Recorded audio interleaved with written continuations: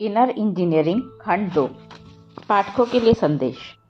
पुस्तक का अगला हिस्सा अधिक विशिष्ट है। यह खंड आपको इंसानी पहचानों के 3 मूल कोशों अन्नमय, मनोमय और प्राणमय के बारे में अंतर्दृष्टि प्रदान करता है। ये ऐसे 3 कोश हैं जिनको लेकर हर इंसान जागरूक होता है। इसीलिए इस खंड को 3 उपखंडों में विभाजित किया गया है: शरीर, मन और ऊर्जा। प्रत्येक उपखंड में यह कोशिश की गई है कि शारीरिक, मनोवैज्ञानिक तथा ऊर्जा संबंधी आपके विचारों का विस्तार किया जाए। इस प्रक्रिया में आप पाएंगे कि कुछ मान्यताओं पर प्रश्न खड़े किए गए हैं, कुछ रूढ़ियों को तोड़ा गया है, सामान्य रूप से इस्तेमाल में आने वाले कुछ शब्दों को पुनः परिभाषित किया गया है तथा कुछ असामान्य दृष्टिकोण का अन्वेषण किया गया है। लेकिन आपको किसी भी पहलू पर यूं ही विश्वास कर लेने की आवश्यकता नहीं है। जैसा कि हमने पहले ही कहा है कि योग आपसे प्रयोग करने के लिए कहता है और आपको इसके लिए प्रोत्साहित करता है कि आप निडर होकर प्रयोग करें। इसीलिए यह खंड दी गई सूचना तथा बताए गए अभ्यासों और उनके आत्मावलोकन के बीच में घूमता रहता है। इसमें दिए गए विचारों को ठोस रूप से देने और इन्हें अमल में लाने के सुझाव भी दिए गए हैं। इस प्रक्रिया में आप खुद जान सकते हैं कि ये सुझाव कारगर हैं या फिर ये महज विचार ही हैं। इस खंड को पढ़ने का सबसे अच्छा तरीका क्या है? इस खंड में साधना के अंतर्गत जो अभ्यास दिए गए हैं, हो सकता है कि आप उनको करने के इच्छुक ना हो। बिल्कुल ठीक है। बहुत से अभ्यास और सुझाव देने के पीछे कारण यह है कि इनमें से आपको जो अच्छा लगे आप उसे करें। जो कदम सुझाए गए हैं उनका उद्देश्य केवल इतना है कि आप इन्हें अपने जीवन की प्रयोग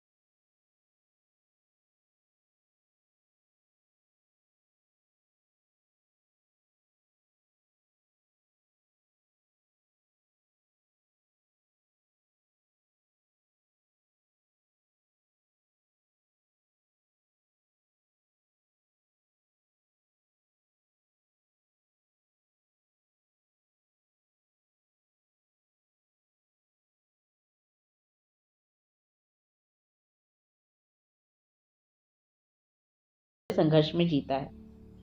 यद्यपि आपके अंदर भौतिक के लिए विवशता होती है, लेकिन आपके अंदर यह चेतना भी है कि आपको केवल भौतिक ही नहीं बने रहना। आपके अंदर दो मौलिक शक्तियां हैं। अधिकतर लोग उन्हें परस्पर विरोधी मानते हैं। उनमें से एक आत्मरक्षा की भावना है। यह आपको अपने चारों ओर एक सुरक्षा दीवार बनाने के लिए विवश करती है, जबकि दूसरी शक्ति आपको लगातार विस्तार करने, सीमाओं से परे जाने के लिए प्रेरित करती है। दोनों लालसाएं, आत्मरक्षा की और विस्तार पाने की, परस्पर विरोधी शक्तियां नहीं हैं। हालांकि वे ऐसी लग सकती हैं। वे आपके जीवन के दो अलग अलग पहलुओं से संबंध रखती हैं। एक शक्ति आपको इस धरती पर जमे रहने में सहायता करती है, जबकि दूसरी आपको परे ले जाती है। आत्मरक्षा को भौतिक शरीर तक ही सीमित रखने की आवश्यकता है। अगर आप में इन दोनों को अलग अलग देखने की आवश्यक जागरूकता है, तब कोई टकराव नहीं होता। लेकिन अगर आप भौतिक को अपनी पहचान बना लेते हैं, तब दोनों मौलिक शक्तियां मिलजुल कर काम करने के बजाय परस्पर तनाव का स्रोत बन जाती हैं। मानवता के भौतिक बनाम आध्यात्मिक के सारे संघर्ष इसी अज्ञानता से पैदा होते हैं। जब आप आध्यात्मिकता कहते हैं, तो इसका अर्थ है कि आप भौतिक से परे किसी आयाम के बारे में बात कर रहे हैं। भौतिक की सीमाओं से ऊपर उठने की मनुष्य की इच्छा पूरी तरह से स्वाभाविक है। सीमाओं पर आधारित एक विशिष्ट शरीर से सृष्टि के असीम स्रोत की ओर जाना, यही आध्यात्मिक प्रक्रिया का आधार है। आत्मरक्षा की जो दीवार आप आज बनाते हैं, वही कल आपके लिए आत्मबंधन की दीवार बन जाती है। अपने जीवन में स्वयं की रक्षा के लिए जो सीमाएं आप आज स्थापित करते हैं, वे कल प्रतिबंध जैसी लगने लगेंगी। रॉबर्ट फ्रॉस्ट ने इन पंक्तियों में एक गहन सत्य लिखा, कोई ऐसी चीज है जिसे दीवार पसंद नहीं है। चूंकि आपकी आत्मरक्षा की प्रवृत्ति आपको बताती रहती है, जब तक आप दीवार खड़ी नहीं करते, आप सुरक्षित नहीं हैं। इसीलिए अनजाने में आप उन्हें बनाते जाते हैं। बाद में आप उनसे संघर्ष करते हैं। यह एक अंतहीन चक्र है, परंतु सृष्टि आपके लिए इससे भी परे के द्वार खोलने को अनिच्छुक नहीं है।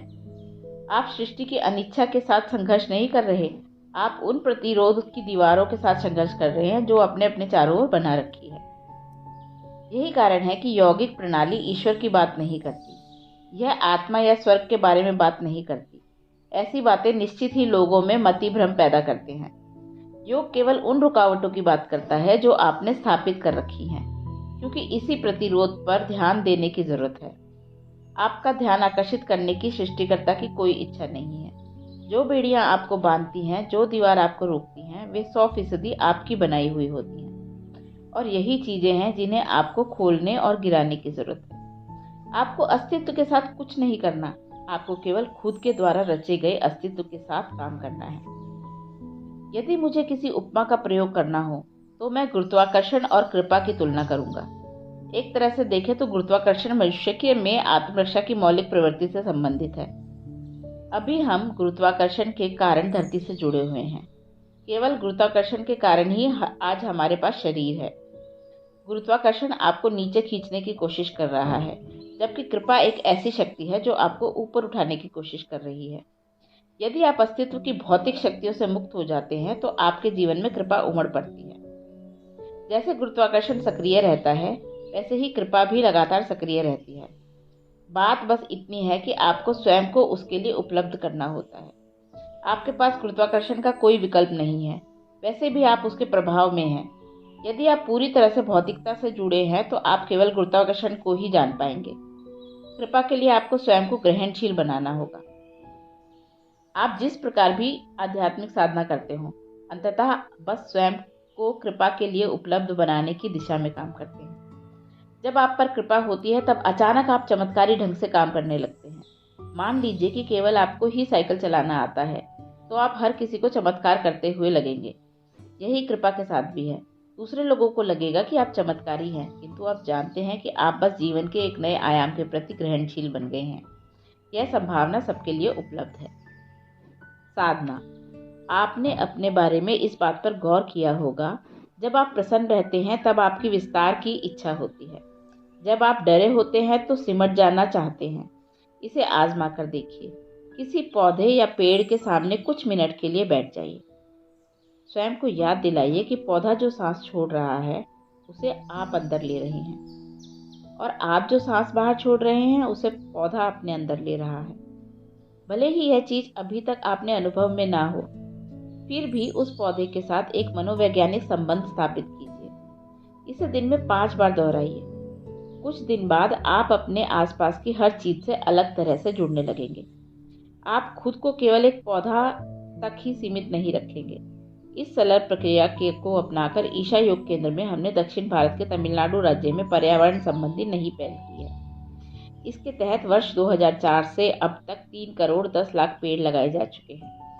हमने लोगों के मन में वृक्षारोपण करने में कई वर्ष लगाए, जो सबसे कठोर जमीन है। अब उन पेड़ों को जमीन पर लगाना बहुत आसान हो गया है।